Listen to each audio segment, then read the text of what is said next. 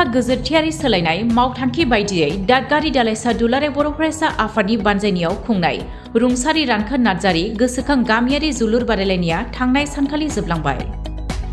भारत भुटान सिमना दादगारि ओनसोलाव गेलेनाय बिथिङाव जौगाहोनायनि थांखिजों दादगारि दालाइसा एबसुआव खामानि मावबोनाय रानखोन नार्जारिनि गोसोखांथियाव गामियारि जोलुर बादायलायनाय खुंनाय जादोंमोन।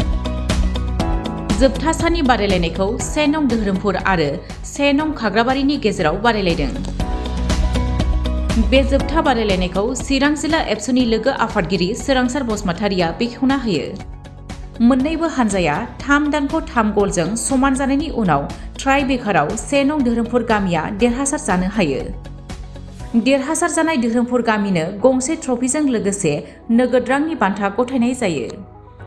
बे समाव चिरां जिल्ला दुलाराय बर' फरायसा आफादनि लोगो आफादगिरि सोरांसार बसुमतारिया खौरां बिजोंनि गेजेरजों मा फोरमायखो खोनासंदो।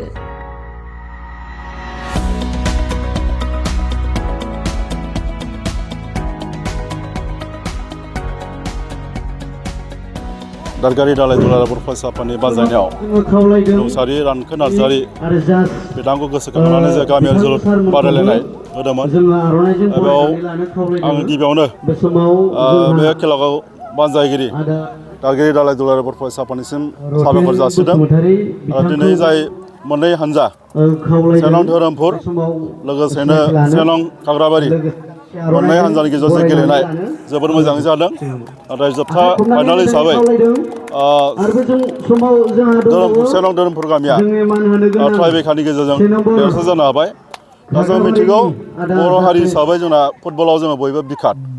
बर' हारिनिफ्राय दिनैहाय गोबां नेसनेल लेभेल इन्टारनेसनेल लेभेलसिम गेलेगिरि जों मोनहैनो हाबाय। एग्जाम्पल हिसाबै दुर्गा बर' बिथांमोन दं, हलिचरन नार्जारि बिथांमोन दिनै गेलेगासिनो दं। बेजों लोगोसे गोगोमसार नार्जारि लोगोसे मनबिर बसुमतारि बिथांमोना दिनै इन्टारनेसनेल लेभेलनि प्लेयार जाबाय। बेजों लोगोसेनो दिनैहाय आइजो माहारिनिफ्रायबो अर्पना नार्जारि मानगोनां बिथाङा इन्डियान टिम जानानै दिनै केप्टेननि रल लानानै गेलेगासिनो दं।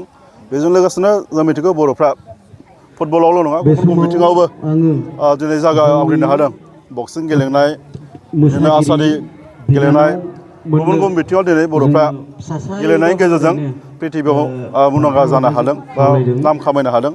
दा ओंखायनो जोङो मिथिगौ जे गेलेनायनि गेजेरजों गावनि देहाखौ राफोद खालामनायनि अनगायैबो गावनि केरियार हिसाबै जों दाना लानो हायो आरो बेखौ हारिखौ जोङो सिनायनो हायो गेलेनायनि गेजेरजों। ओंखायनो आं खावलायगोन दिनैहाय जाय समाज दैदेनगिरि दं, जोंनि हारिनि दैदेनगिरि बिथांमोन दं बा गामि ओनसोलनि जायफोर दैदेनगिरि बिथांमोन दं, बिथांमोना जाहाथे गामिनि फिल्डखौ साफा लाखिनानै जोंनि जाखांफुनाय जे लाइमोन उन्दै उन्दै फरायसा बिथांमोनखौ गुबुन गुबुन बिथिंनि जे गेलेनाय बेयाव जाहाथे थुलुंगा होयो, बेखौ आङो दिनै नैबेनि गेजेरजों खावलायहरदों। नैबे ओनसोलाव गोबां जेंना दङ, दा फरायसालिनि जेंना दं, हान्थामेलानि जेंना दङ, बिनि सायाव सरकारनि माबाफोर बुंनो सानो नामा? जेंनायाथ' दङ, जोङो नुदों फरायसालिनि जेंना, फोरोंगिरिफोरनि जेंना, हान्थामेलानि जेंना, गोबां बिथिङाव नायोब्ला बे ओनसोला एसे गोग्लैसोनाय।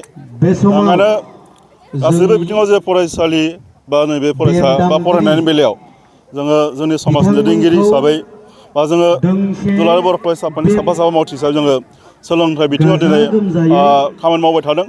आरो थांनाय 2023 मायथाइनि जे मेट्रिकनि रिजाल्ट बाव चिरां जिल्लाया सेथि जायगा आवग्रिनो हादों। दा ओंखायनो जोङो एसेबाबो दिनैहाय सोलोंथाइनि बिथिङाव एसे सोलायनाय फैदों। जों बेखौ एसेबाबो जोङो आसा खालामदों बा जों बुंनो हायो। दा फैबाय थानाय समाव जाहाथे जों चिरां जिल्लानि बा नैबे ओनसोलनि जे फरायसा बिथांमोन जाहाथे फरायनाय बिथिङाव जाहाथे मोजाङै गोसो होनानै फरायगोन आरो मोजां रिजाल्ट खालामगोन। सोलोंथाइनि गेजेरजोंसो जोङो बे ओनसोलखौ जौगाखांहोनो हागोन होननानै आङो आसा खालामो।